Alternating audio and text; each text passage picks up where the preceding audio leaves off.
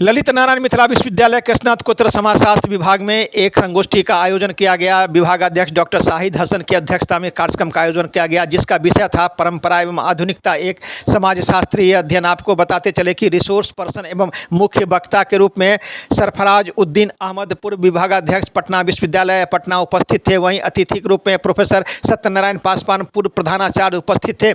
इस अवसर पर रिसोर्स पर्सन ने परंपरा की अवधारणा प्रस्तुत किया, वहीं आधुनिकीकरण की व्याख्या प्रस्तुत किया गया एवं आधुनिकता भारतीय समाज पर प्रभाव की चर्चा किया गया। इस अवसर पर बड़ी संख्या में छात्र छात्राएं एवं शोधार्थी उपस्थित थे। इस अवसर पर विभाग के विभागाध्यक्ष ने अपनी बातें बताई। मीडिया से बात करते हुए इन्होंने संगोष्ठी के संबंध में दी विस्तृत जानकारी। अब आइए सीधे ले चलते हैं इस अवसर पर इन्होंने क्या कहा। देख, हमारे अंदर में 8 विभाग है, सभी विभाग में संगोष्ठी एवं सेमिनार का आयोजन हो रहा है। वर्तमान कुलपति के नेतृत्व में लगातार संगोष्ठी एवं सेमिनार का आयोजन होना विभाग के लिए अच्छी बात है। देखिए एक रिपोर्ट दरभंगा दर्शन न्यूज से मनोज झा।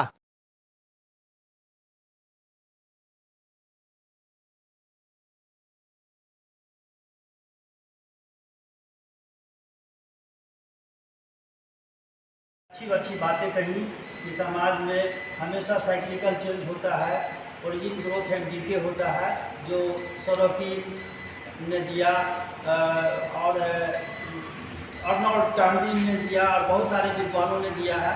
उसी तरह समाज में ओरिजिन ग्रोथ डीके के साथ साथ ही ट्रेडिशन में भी परिवर्तन होता है। और से हमारे यहाँ एक सेमिनार का आयोजन किया गया था, जिसका विषय था परंपरा एवं आधुनिकता एक समाजशास्त्रीय अध्ययन। इस संदर्भ में हमारे रिसोर्स पर्सन के रूप में professor Sarfarazuddin Ahmad, professor and पूर्व हेड पटना यूनिवर्सिटी पटना उपस्थित हुए और उन्होंने हमारे छात्रों को, शिक्षकों को, रिसर्च स्कॉलर्स को लाभान्वित किया। उन्होंने बड़े ही विस्तृत ढंग से परंपरा एवं आधुनिकता की चर्चा की और उसके समाजशास्त्रीय कंसेप्ट को, सोशियोलॉजिकल कंसेप्ट को प्रस्तुत किया। उन्होंने विचार व्यक्त करते हुए कहा कि समाज में जो परिवर्तन हो रहे हैं वो परिवर्तन साइक्लिकल रूप में हो रहे हैं, ओरिजिन ग्रोथ एंड डीके के रूप में हो रहा है और उसमें मॉडर्निटी का अच्छा जो कोरिलेशन है, जिसके कारण उसमें परिवर्तन हो रहा है। उन्होंने इस बात की चर्चा की कि मॉरिस जिन्सबर्ग और जेम्स डेवर जो ट्रेडिशन पर अच्छा वर्क किए हैं,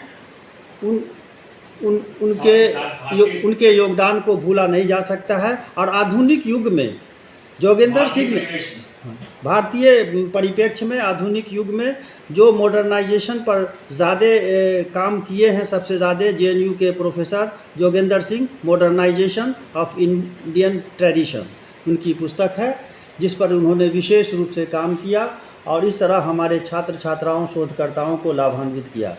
तो मैं उनका शुक्रगुजार हूँ, उनके प्रति आभार प्रकट करता हूँ। ये जो मॉडर्निटी है, प्रोसेस ऑफ चेंज है, समाज में जो परिवर्तन हो रहा है, चाहे जिस रूप में परिवर्तन हो, इस संबंध में मैं आपको जानकारी देना चाहता हूं। जो एससी दुबे, श्यामाचरण दुबे ने कहा कि भारतीय समाज मॉडर्निटी और ट्रेडिशन के 2 ध्रुवों के बीच खड़ा हुआ, सहमा हुआ, लटका हुआ खड़ा है।